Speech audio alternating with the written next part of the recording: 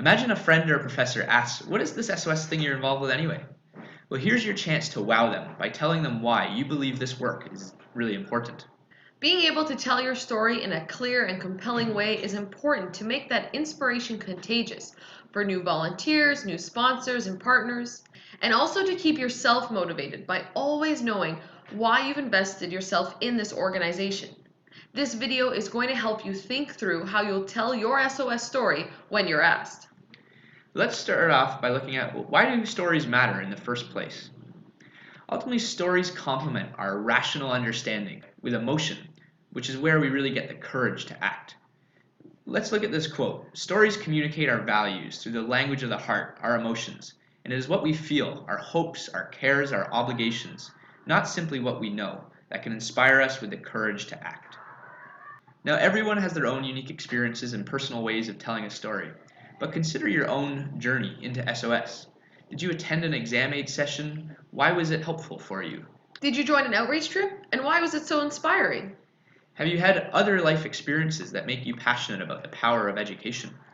Is there someone that has inspired you to get involved in an organization like SOS? And not only what have you learned already in your time as an SOS volunteer? Why do you continue to stay engaged? As you're telling the story, keep in mind that a good story follows a certain plot of sorts. It looks at the challenges that were faced, the choices that were made, and the outcomes that have been experienced.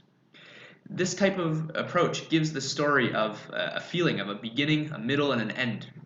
So, how does this apply to your own SOS story? Think about what was your challenge? What was the challenge you or others faced? What was challenging about it? Choices. What choices were made? Where did you get the courage or not? Where did you get the hope? How did it feel? And then the outcome. How did the outcome feel? Why did it feel that way? Ultimately, what is it that it teaches you and wants to teach us through that experience? How do you want us to feel after that story? So it's time to tell your personal SOS story.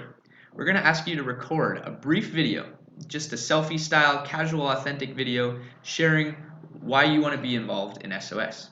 Take a few moments to write down a few key points about your own SOS journey and then post it online using the hashtag #WeAreSOS. And if you want some extra help, we have some worksheets to help you work through your own story and consider some of these points.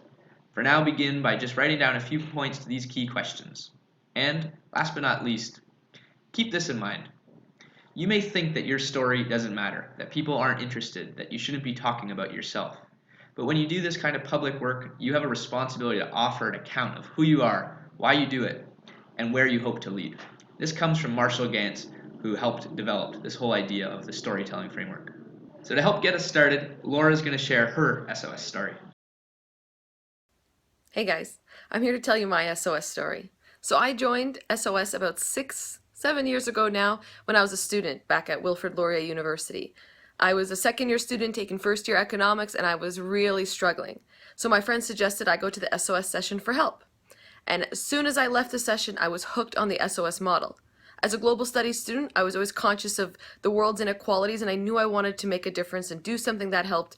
And I was a recipient of an exam-aid product that truly saved me. So from day one for me, it's always been the model that's made me committed to SOS.